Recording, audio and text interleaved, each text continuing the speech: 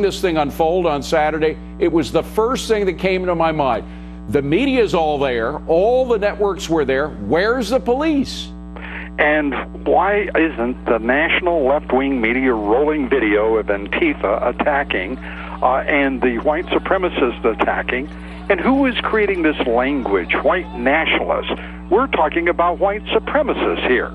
We're talking about neo-Nazis. We're talking about Antifa and left-wing anarchists meeting in the streets of Charlottesville and people acting as though they're utterly, blameless. The mayor of this town irresponsibly refusing to enforce the law. Officers obviously told to stand down. I mean, David, when we look at the truth, there's only one truth teller right now in Washington, D.C., and that is President Donald Trump. Right. He said that this was a calamity, a collision between two violent extremist forces, and he was exactly right. And then they try to make that something with which they can bludgeon him, and have done so for 2 days. Lou, it is extraordinary when you hear the comments of people like Governor Terry McAuliffe saying that, no, there weren't two sides battling. This was just the white supremacists. This was just the Nazis, just the one side. And yet the police chief, in a press conference that he gave on Monday, specifically said there were two sides mutually engaged in violence. The police chief who was there says it. Why doesn't the governor? Yeah, and the truth is that Terry McAuliffe is a political activist. He's not just simply an office holder. Right. Neither is the mayor of Charlottesville, who is behaving far more like a community organizer and activist than certainly a responsible elected official. These people bear great responsibility for the injuries and the death of this young woman in Charlottesville. And this president right now is being attacked by CEOs who are withdrawing from two councils that he created so that they could have greater input with the White House.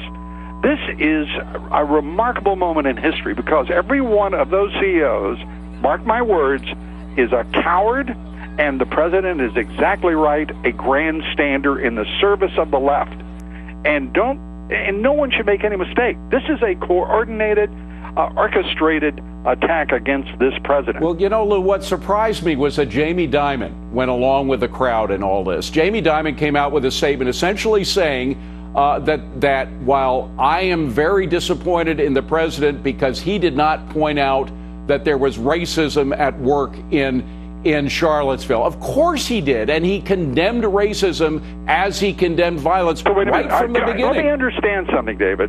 You're surprised that Jamie Dimon yes. Pretended to take a high moral ground when his institution is responsible for tens of billions of dollars in fines and settlements for violating law and breaking banking regulations. This is a man claiming moral high ground? I mean, people should be in prison right now for what they carried out under the auspices of J.P. Morgan Chase and LIBOR, just for one example. These are some of the most duplicitous, hypocritical, sanctimonious, self-righteous left-wingers working in corporate America. So Lou, let me just ask you that. And they should be held accountable. Let me ask you, is it a good thing, then, that they are no longer in the White House? I think it's a delightful thing. But by the way, no one should make the mistake, and this is the rest of the problem with the national left-wing media. Meanwhile, the Chamber of Commerce and the Business Roundtable and the National Association of Manufacturers have K Street locked up, most of H Street, and will have all of the dominant presence that they've enjoyed for 40 years in the swamp still intact. Make no mistake about it, every one of those CEOs will be represented and the interest of their company in moving the swamp in exactly the direction they mean for it to. Now, President Trump is now engaged against the enemy that he campaigned against. That is the establishment, that is corporate America, and CEOs who are running U.S. multinationals without a commitment to one home economy and really considerably divided loyalties of all kinds. We heard from Steve Bannon today, and we've, of course, continued to hear calls from the media. I wish Steve Bannon would give it a rest, okay? We don't need to hear from Steve Bannon today. He essentially, though, said, as you just did, that it's a good thing that the CEOs are out, because essentially Donald Trump now can speak to the people who are against the swamp, not part of it. Yeah, I think that's true, but make no mistake. Having your senior strategist ballyhooing every incremental advance that he sees in the interest of the president is probably not a healthy idea. Steve Bannon right now needs to be advisor to the president, and his analysis and his support and his counsel to the president needs to remain between him and the president. I am sick and tired of this White House and some of its staff making known every little whispered thought that they share with the President of the United States. It is time for people to understand. This is the President of the United States. He is to be treated with respect and absolutely, with absolute fidelity. Now, and to that end, look at the press conference and the way the president was treated by the national left. Where was media. John Kelly? He was right behind the president. Should he have stepped in and said something? Hell yes, he's the chief of staff. He is the senior person, other than the vice president, in the White House, and it was his responsibility. Instead, we have a picture of him looking at the tops of his shoes. Yeah, we're looking at it right now. What here's the what thing, should he do?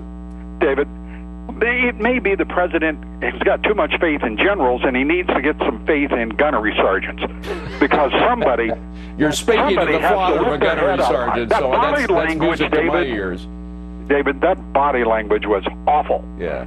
And when you have those a pack of hyenas, which is exactly what the national left-wing press was doing in that briefing, in that press conference with the president, interrupting the president of the United States, tell him to go to hell, and that there's going to be at least basic decorum. There will be respect for the President of the United States and this office, and it starts now.